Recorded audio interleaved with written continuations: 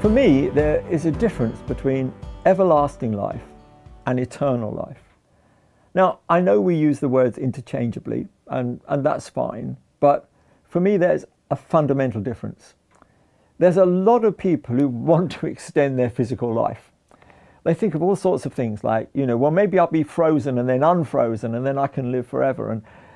But that very much for me is just everlasting life. I want my life to last forever. Eternal life for me is something very, very different. It's a different quality of life, not just physical life continuing in the same way. It's knowing something of God's life. It's that life which he had from eternity past and have right into eternity future that he wants to share with us. It's the life that was promised in the tree of life, in the Garden of Eden. It's the life that Jesus speaks of when he says, I've come that you might have life and in all its fullness. And the interesting thing is that this life doesn't begin when we die, except when we die to self.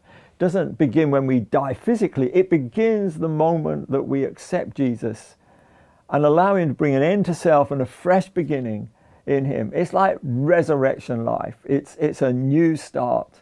And that's why it's just so incredible. It's a different quality of life. And we have that eternal life from the moment that we say yes to Jesus.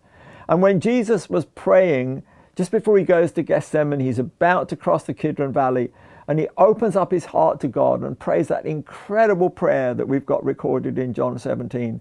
And in the early verses, it actually says this in verse 3.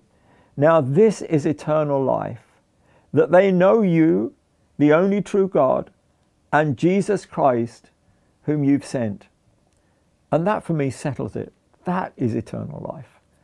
Knowing God the Father and Jesus his Son, knowing that Jesus has been sent by him to bring us into a reconciled relationship with God and to give us that newness of life.